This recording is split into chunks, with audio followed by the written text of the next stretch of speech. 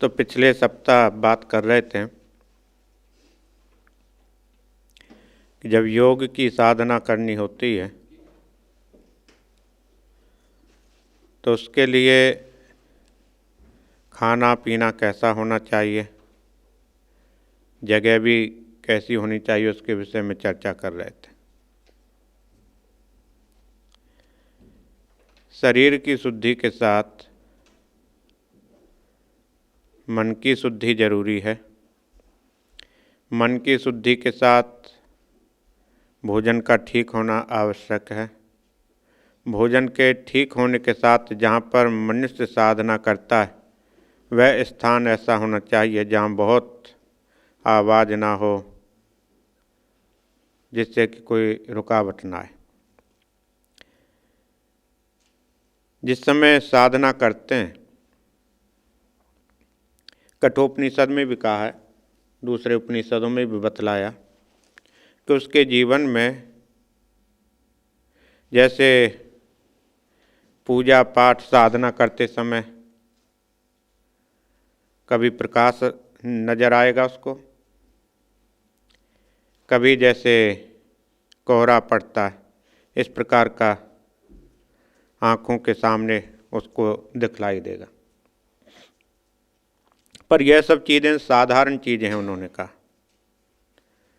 किसी चीज़ का मिल जाना, प्रकाश का देखना, अपने आप को ऐसा समझना कि जैसे मैं परमात्मा के बहुत निकट हूँ,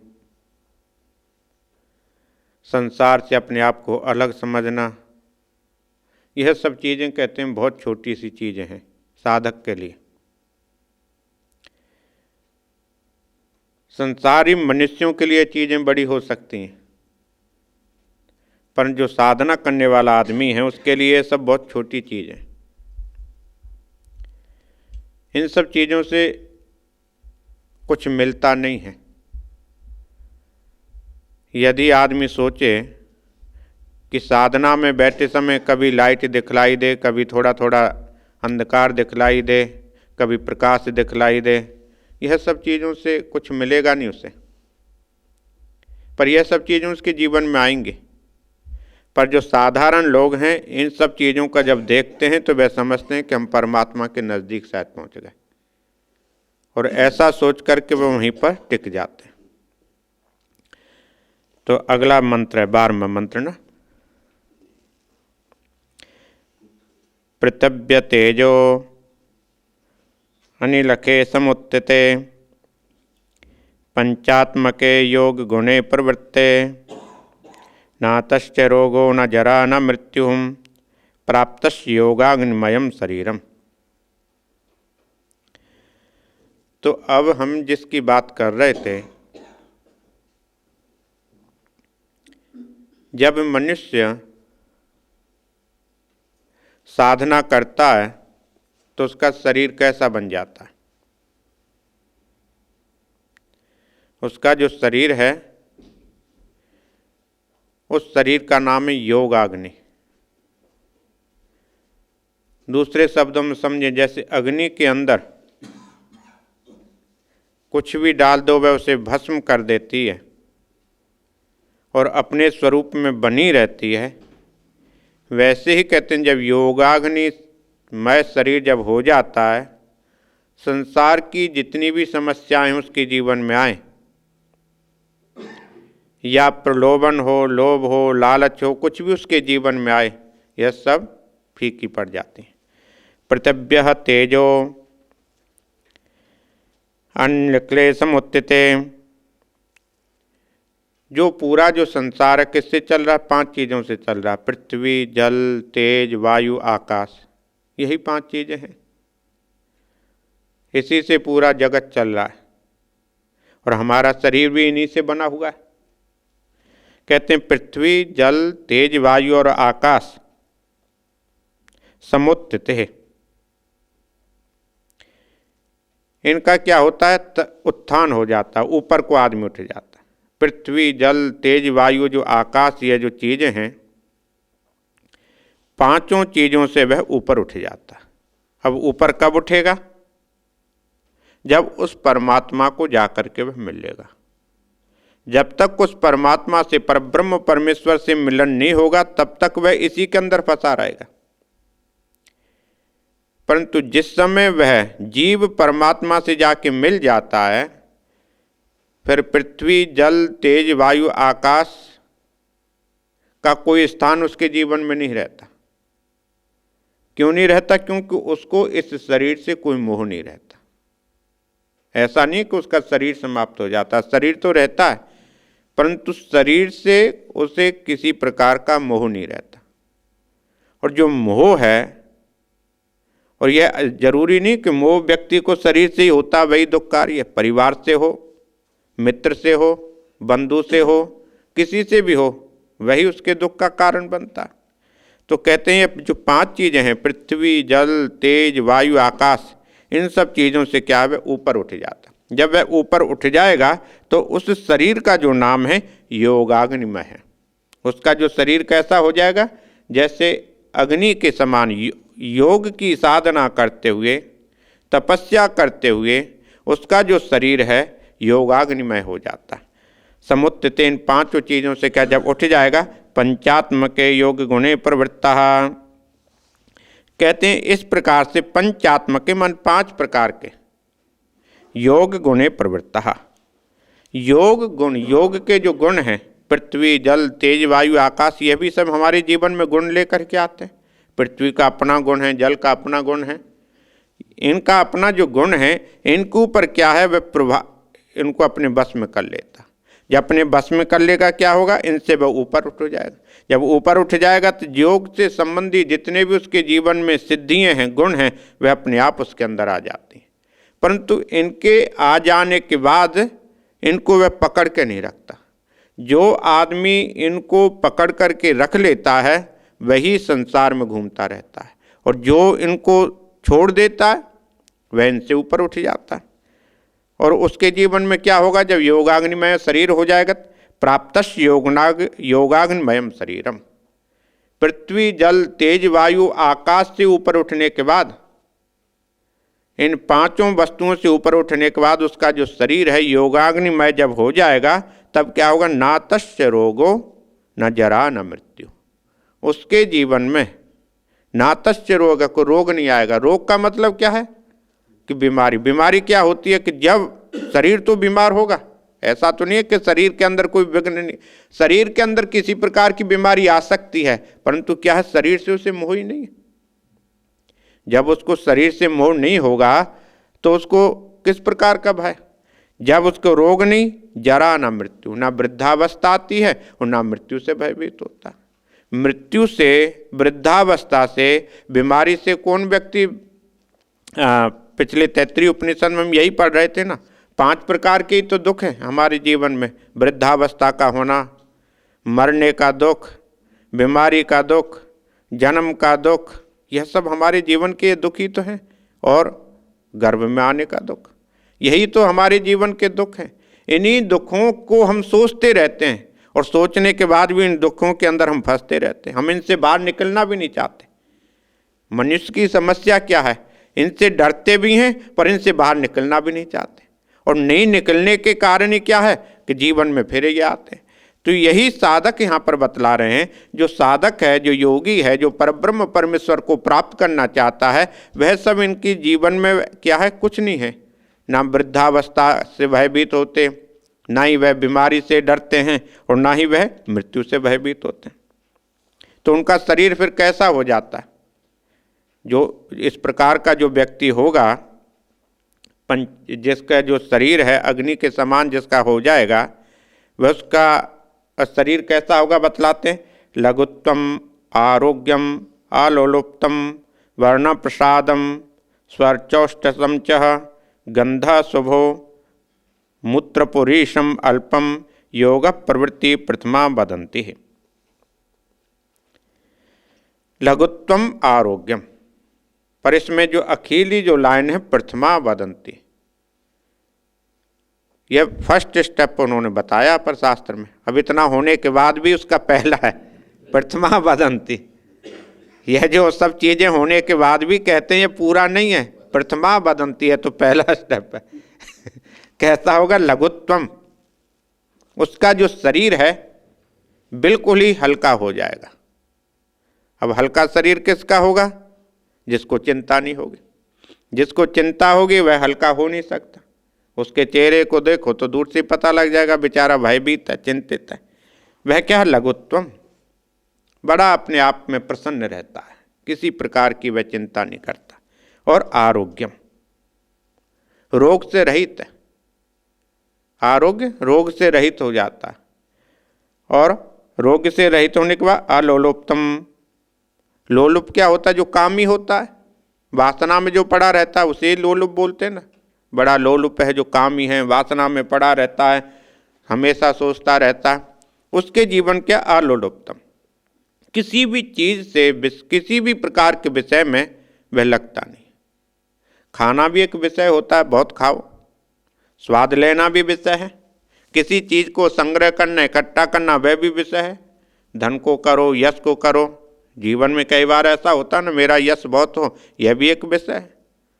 इस प्रकार की जीवन में जो कामना है, इन सब चीजों से वह दूर रहते हैं। कैसे? अलोलुप्तम, उनके जीवन में ना लोभ है, ना लालच है, ना विषय है, ना आसक्ति है, ना यश की इच्छा है, ना अपयश की, इन सब चीजों से कुछ नहीं। और वर्ण प्रसादम, उनका जो प्रसाद क्या होता? प्रसन्नता। उनका जो वर्ण है, उनका जो रूप है, कितना प्रसन्न है। कई व्यक्ति को देखो, आपको देख के प्रसन्नता होगी, और किसी के चेहरे को देखोगे तो और दुखी हो जाओगे। कईयों का जीवन ऐसा होता है, सामने कोई आदमी वैसा आ जाए तो कहेगा यार क्या आ गया। और अच्छा आदमी हो तो बड़ा प्रसन्न होता है, दुखी आदमी हो तब भी वह प्रसन्न हो जाएगा, चाहे 2 मिनट के लिए होगा तो सही ना। तो वर्ण प्रसादम, जो अच्छे जो व्यक्ति हैं उनका जो स्वरूप है कैसा है? अच्छा है, मुस्कुराते हैं। जिसकी चेहरे को देख करके लोग मुस्कुराएं, प्रसन्नता प्रकट हो, वर्ण प्रसादम। और क्या है? स्वर चौष्टतम चा, उनका जो स्वर माने बोलना बहुत अच्छा होता है, मीठा बोलते हैं। मीठा बोलने का मतलब जो वह बोलेंगे उससे उसको लाभ होगा। जो वह बोलेंगे, स्वर चौष्टम, उनका बोलना उनके व्यक्ति के लिए लाभकारी है। चाहे वह कुछ भी बोले, उससे उसको लाभ ही लाभ मिलेगा। वह ऐसा कोई शब्द नहीं बोलेंगे जिससे वो अंधकार में जाए, या पतन हो जाए, या बुरा लगे, या दुखी हो, नहीं। स्वर चोष्टम, गंधा शुभो, और क्या है? उसके जो शरीर की जो गंध है वह भी अच्छी होती है। क्यों गंध अच्छी क्यों होगी? पहले उन्होंने बतलाया था, आहार अच्छा होगा। आहार अच्छा होगा, शरीर में से सुगंध आएगी। आहार अच्छा नहीं होगा तो दुर्गंध आएगी, तो स्वाभाविक है। और मूत्र परिश्रम अल्पम, क्यों योग की साधना करते हुए वह मल मूत्र आदि जो है वह भी उनका कम हो जाता। यदि मल मूत्र कम होगा तभी योग की साधना में बैठे रहेंगे, और 1 घंटे के बाद जाना पड़ा तो क्या करेगा? ठीक है। इसलिए वह सब चीजें उनके वश में हो जाती हैं। क्यों वश में हो जाती हैं? उनका शरीर स्वस्थ रहता है। शरीर स्वस्थ है तो यह सब चीजें भी ठीक है। खाना उनका ठीक है, कम खाते हैं, व्यवहारिक खाते हैं, जितना शरीर को चाहिए उतना खाते हैं, तब यह शरीर ठीक रहता है। अधिक खाना, अधिक पीना, यह भी तो हानिकारक है। योग प्रवृत्ति प्रथमा वदंती, कहते हैं प्रथमा वदंती योग प्रवृत्ति। यह जो यह बात बतला रहे हैं, प्रथमा वदंती, यह योग की पहली पौड़ी है, पहली सीढ़ी है यह। इसके मतलब सोचें कि इस पर पहुंच जाने के बाद समझो वह पूर्ण हो गया, पूर्ण नहीं हुआ। यह तो कहते हैं पहले फर्स्ट स्टेप उसका वह हो गया। तो अगले में कहते हैं फिर क्या होगा? यथेव बिंबम मृदोपलिप्तम तेजोमयम भ्राजते तत्सुधांतम तत्वात् आत्मतत्वम सम्मिक्ष्य देहि एकः कृतार्थो भवते भीत शोकः। यहाँ पर उदाहरण के रूप में मैं बतला रहे हैं। ऋषि सोच रहे हैं सभी तो जिसके अंदर है वह तो सभी के अंदर परमात्मा। जब वह परब्रह्म परमेश्वर सबके अंदर बैठा हुआ है, जीवात्मा और ब्रह्मात्मा में जब भेद नहीं है, तो फिर जीवात्मा उसको क्यों भूल गया? जीवात्मा उसको क्यों भूला?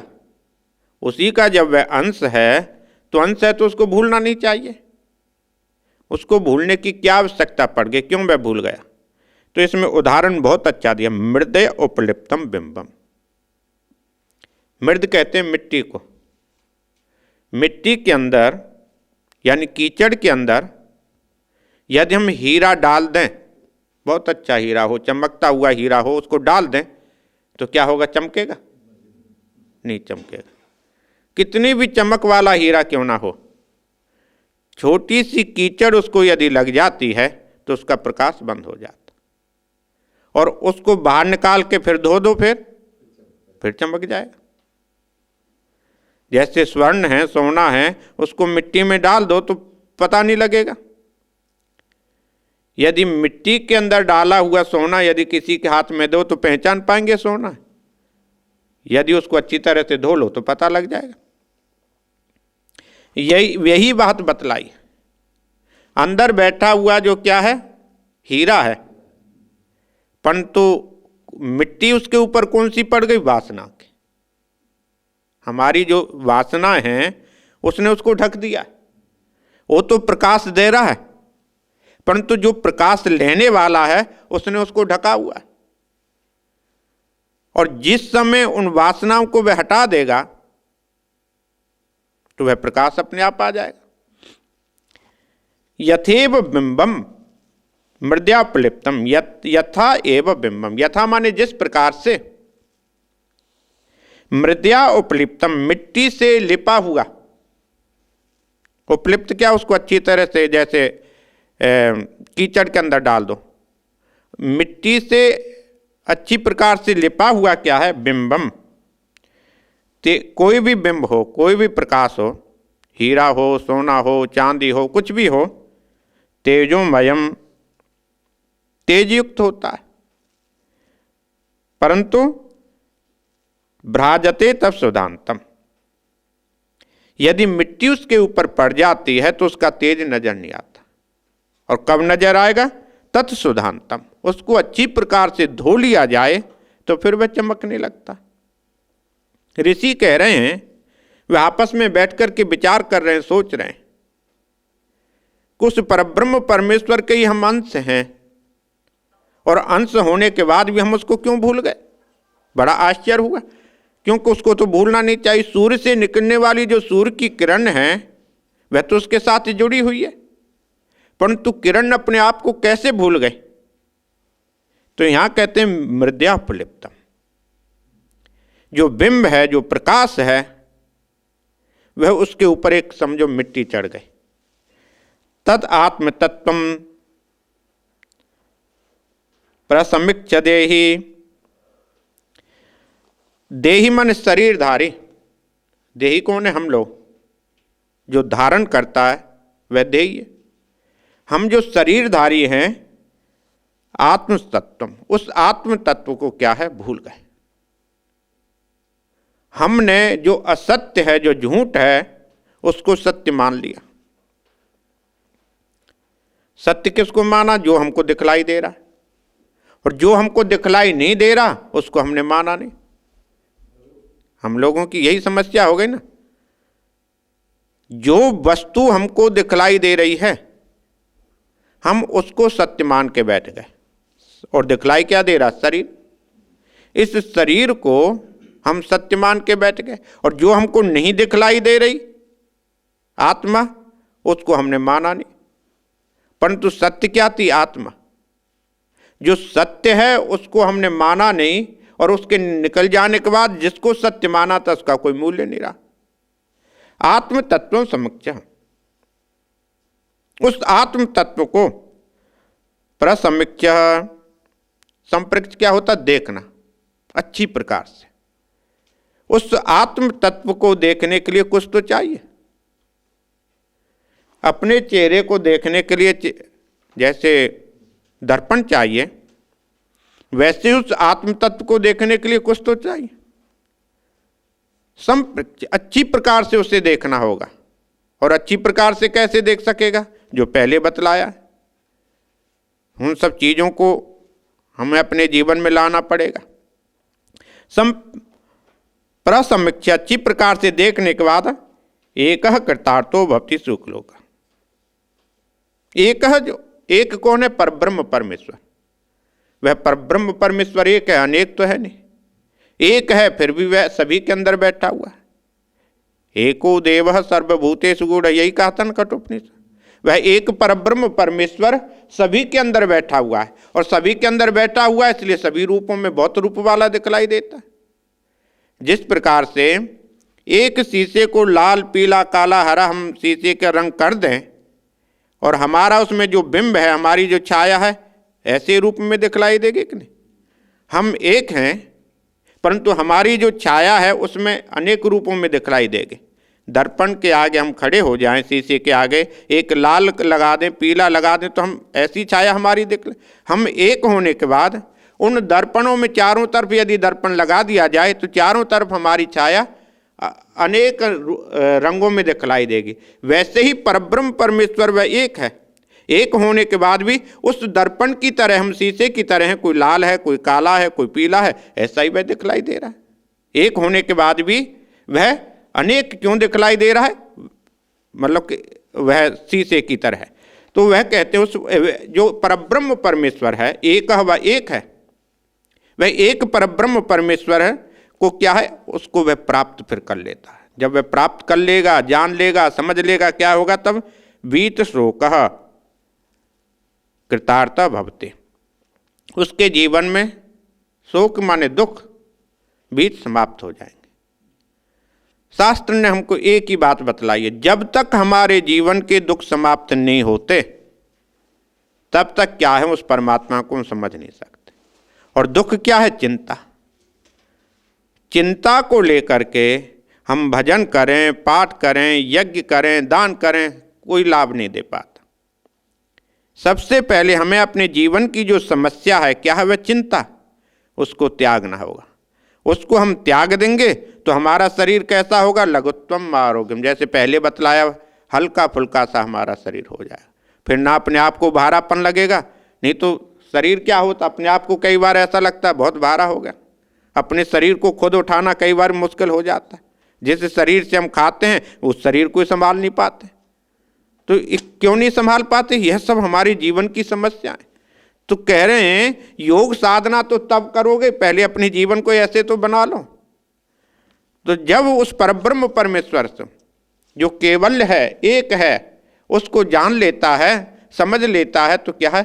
वीत रोग भवते। उसके जो जीवन की जो समस्या हैं, दुख हैं, सभी समाप्त हो जाती हैं। फिर वह अपने आप को क्या है? कृतार्थे। फिर तो वह कृत हो जाएगा। फिर तो कुछ जीवन का शेष रहता ही नहीं।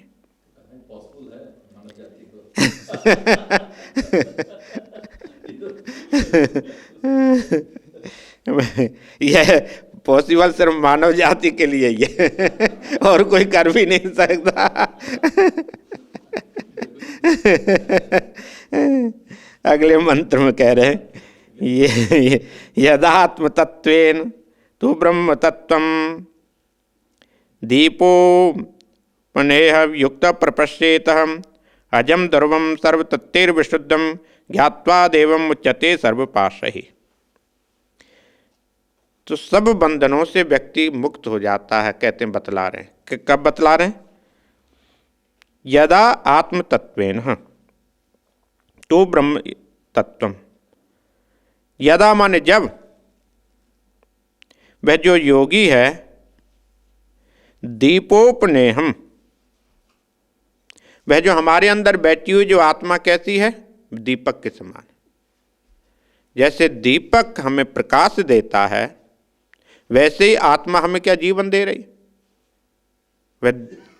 वह आत्मा क्या है? दीपक है। और वह दीपक यदि बुझ जाए तो यह शरीर नहीं चल पाएगा। वैसे ही बतला रहे हैं, या दूसरे उदाहरण में रूप में देखें, जलती हुई बाती नजर आती है।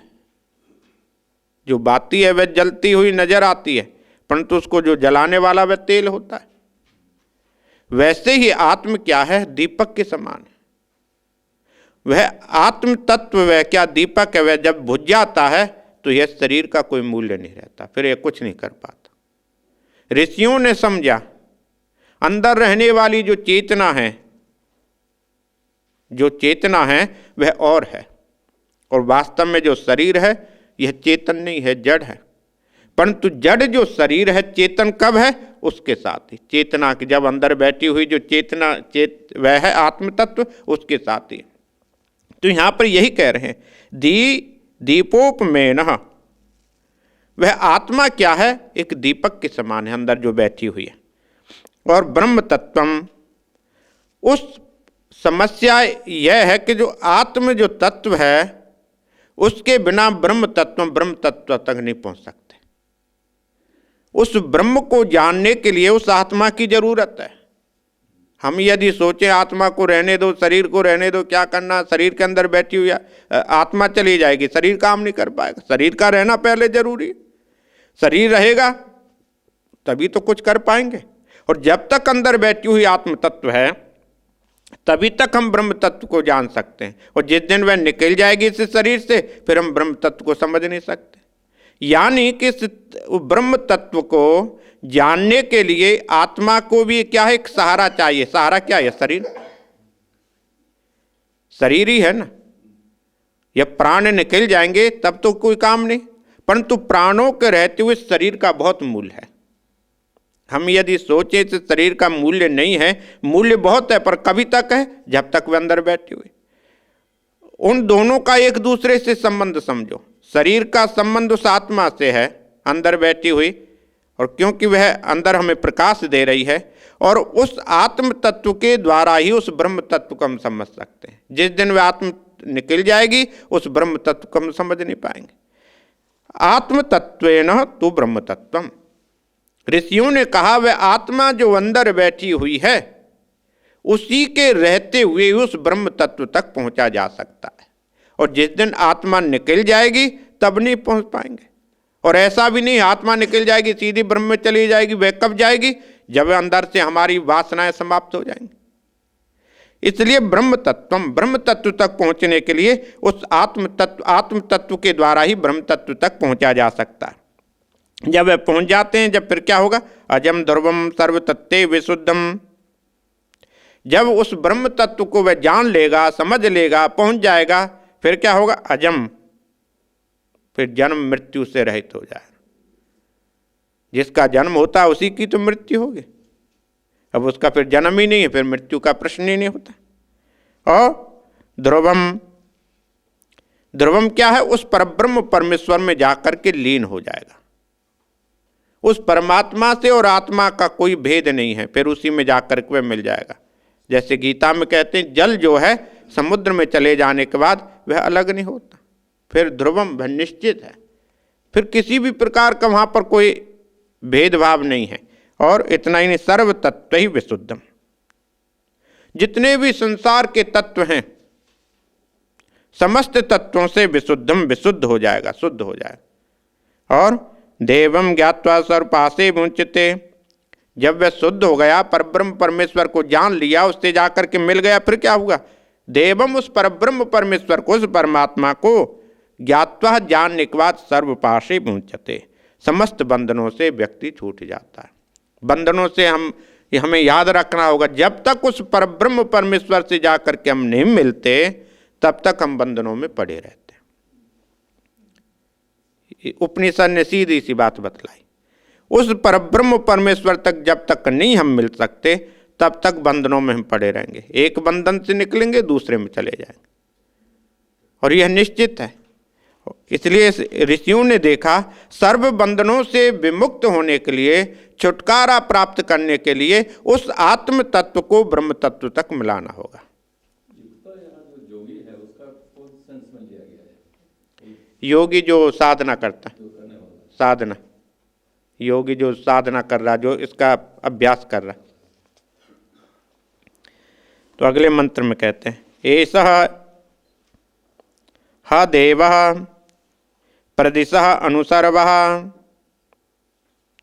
पूर्वो ह जातः स उगर्भे अन्तः स एव जातः स जनिष्यमानः प्रत्यंगजनाम तिष्ठति सर्वतोमुखः। तो जब आत्मा उस ब्रह्म तत्व में जाकर के मिल जाती है तो फिर तो कोई भेद रहा नहीं, फिर तो चारों तरफ उसके जीवन में प्रकाश ही प्रकाश। क्यों प्रकाश है? क्योंकि वह उस अंधकार से हट चुका है, उस प्रकाश में जाकर के मिल गया है जहां से द्वारा अंधकार हो नहीं सकता, क्यों कोई भेद नहीं, उसमें जाकर के वह लीन हो गया। ऐसा हे देव, कहते हैं जैस प्रकार से ऊपर बतलाया, इस प्रकार से अभ्यास जब करते हैं और उसकी स्थिति यहां तक जब पहुंच जाती है, जैसे बतलाया, जब इतना आदमी ऊपर पहुंच जाए तब क्या होगा? देव सर्वा, वह जो परब्रह्म परमेश्वर है, देव परब्रह्म परमेश्वर, सर्वा प्रदिशः, सर्वा में समस्त, प्रदिशः अनु, जितनी भी दिशाएं हैं,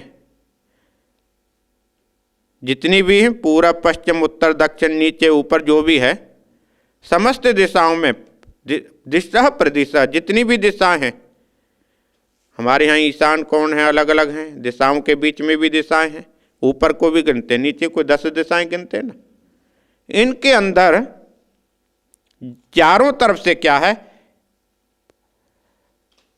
पूर्व ही जाता, देखा जाए तो क्या है? वह पूर्व ही जाता, पूर्व माने पहले ही जात पैदा हो गया। क्या हमारा जो प्रादुर्भाव है कहां से हुआ था? हिरण्यगर्भ से। वो हिरण्यगर्भ क्या था? शिवलिंग की तरह। उपनिषदों में हमने पहले पढ़ा, जब परब्रह्म परमेश्वर ने सृष्टि कर दी तो कहां से? हिरण्यगर्भ से निकाले, और अंत में जाकर के उसमें फिर लीन हो जाना, यही है ना। उसी से जितने वह ब्रह्मांड है उसी से प्रकट हो रहा है, और ब्रह्मांड उसी में जाकर के समा जाता है। जितना भी ब्रह्मांड है उसमें से ही वह प्रकट होता है और उसी में जाकर के अंत में लीन हो जाता है। तो कहते हैं वही जो है पूर्व जाता, सबसे पूर्व मन पहले जाता पैदा हुआ था। कहां से? हिरण्यगर्भ से।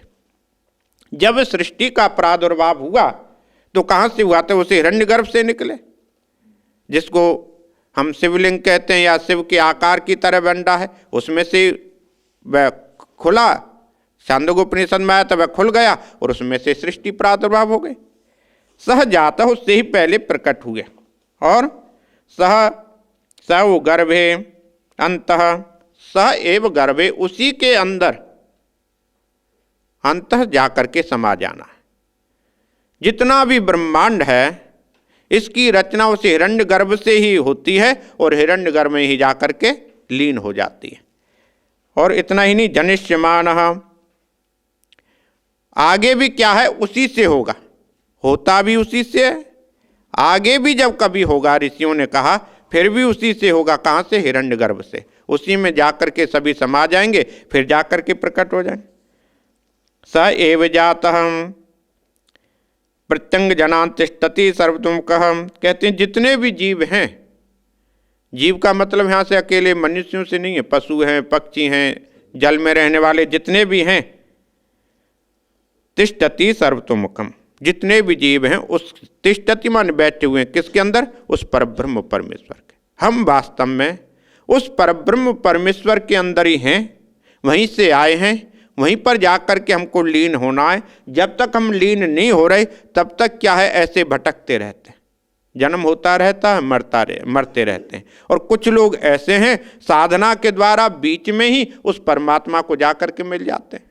जो साधना के द्वारा आत्म तत्व को परमात्मा में जाकर के बीच में जाकर मिल जाते हैं, वह हमेशा के लिए शांत हो जाते हैं। और जो नहीं मिलते हैं वह ऐसे ही बार बार जन्म लेते रहते हैं और फिर वह मरते रहते हैं।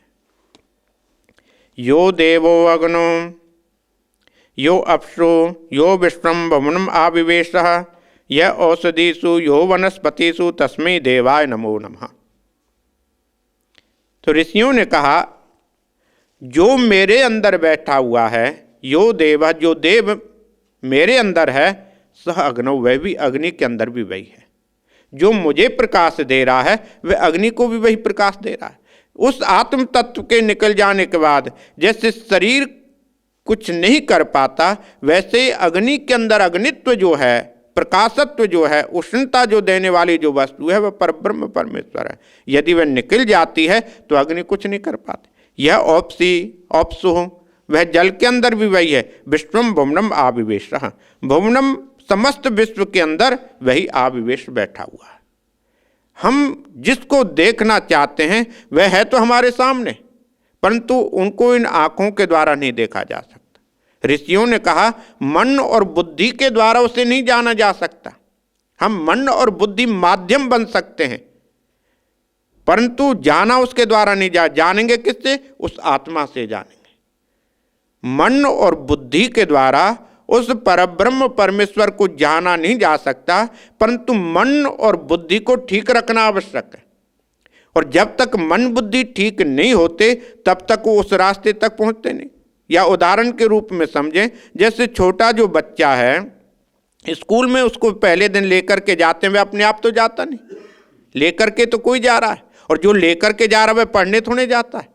पढ़ने वाला कोई है, लेकर के जाने वाला कोई है। और यदि कोई लेकर के नहीं जाता तो वह स्वयं जा नहीं सकता। वैसे ही कहते हैं मन और बुद्धि क्या है, हमें वहाँ तक ले जाने का एक रास्ता है। और मन बुद्धि काम नहीं करेंगे तो वहाँ तक जा नहीं पाएंगे। और जिस दिन मन बुद्धि काम करते हैं वहाँ पर ले जाने के रास्ता में काम करते हैं और उसके बाद हट जाते हैं। मन और बुद्धि के द्वारा, शास्त्र क्या कहते हैं, मन बुद्धि के द्वारा उस परब्रह्म परमेश्वर को नहीं जाना जा सकता। हाँ, परंतु मन और बुद्धि धीरे धीरे वहाँ तक लेकर के जा सकते हैं। उसका जो अनुभव है, उस अनुभव करने वाली कौन है? आत्मा। आत्म तत्व ही ब्रह्म का अनुभव कर सकती है। मन और बुद्धि के द्वारा ब्रह्म का अनुभव नहीं हो सकता। क्योंकि मन को बुद्धि के द्वारा ब्रह्म का अनुभव कैसे नहीं हो सकता? जिस प्रकार से इसके द्वारा मेरी आंखें देख सकती हैं, इसके द्वारा मेरी ही आंखें देख सकती हैं, दूसरे की तो नहीं देख सकती। वैसे ही मन और बुद्धि क्या है, यह थोड़ा सा रास्ता दिखलाने का एक रास्ता है, परंतु वहाँ तक ये पहुँचा नहीं सकता।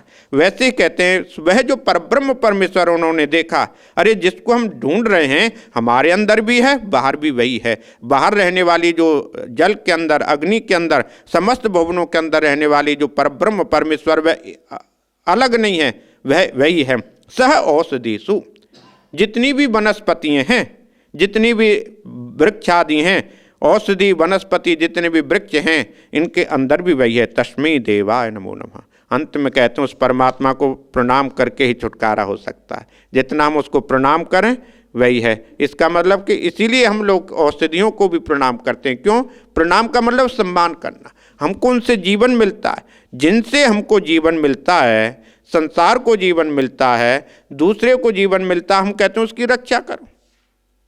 इसलिए हम उसकी रक्षा करते हैं, इसलिए हम उनको प्रणाम करते हैं, इसलिए पीपल में पानी देते हैं। ये क्यों पानी देते हैं? ये पीपल स्वस्थ रहेगा, लोगों को अच्छी हवा मिलेगी। तो ये है पहला। दूसरा खत्म हो, तीसरा शुरू करें, एक हो जाता। तीसरे अध्याय का पहला मंत्र, यह एको जलवान सत ईशनी भी सर्वान् लोकान् ईशत ईशनी भी यह एव एकौद भवे संभवे च यह एतद विदुरम मृतास्ते भवन्ति। तो उन्होंने देखा वही जो परब्रह्म परमेश्वर है हमारे अंदर भी है, सभी के अंदर भी है, और वही क्या है? सभी का शासन करने वाला अधिपति भी वही है। यदि वह अधिपति ना हो, हमारे ऊपर अधिपति करने वाला, शासन करने वाला भी वह परब्रह्म परमेश्वर है। उसके बिना कुछ होता भी नहीं, परमात्मा के बिना कुछ नहीं होता। यह एक जलवान ईशत, वह एक परब्रह्म परमेश्वर जालवान है। जालवान क्या है? जगत का जितना भी संसार आपको दिखलाई दे रहा है, जगत क्या है? जितना भी हमको दिखलाई दे रहा है, चारों प्रकार की योनियों, उद्भव यानी निकलने वाली, पृथ्वी को खोद के निकलने वाली, अंडे से पैदा होने वाली, पसीने से पैदा होने वाली, और हम आप जैसे पैदा हुए, ऐसे चारों प्रकार के जो जीव हैं, ईशनी भी, उनको सबका शासन करने वाला वह परब्रह्म परमेश्वर है। कोई ऐसी संसार में वस्तु नहीं है जो उसके बिना रह सके।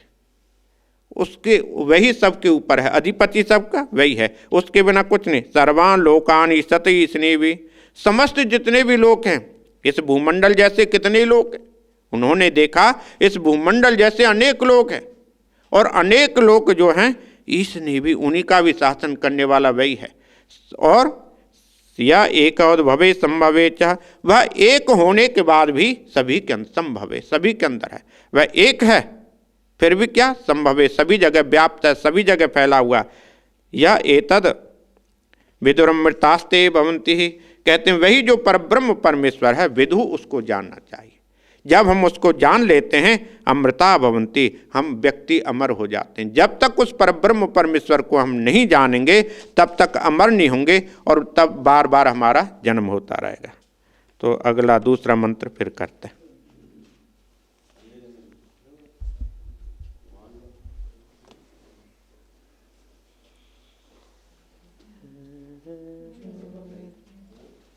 अब तो यह खत्म होने के बाद एक बीच में रहता था ना, हाँ एक बीच में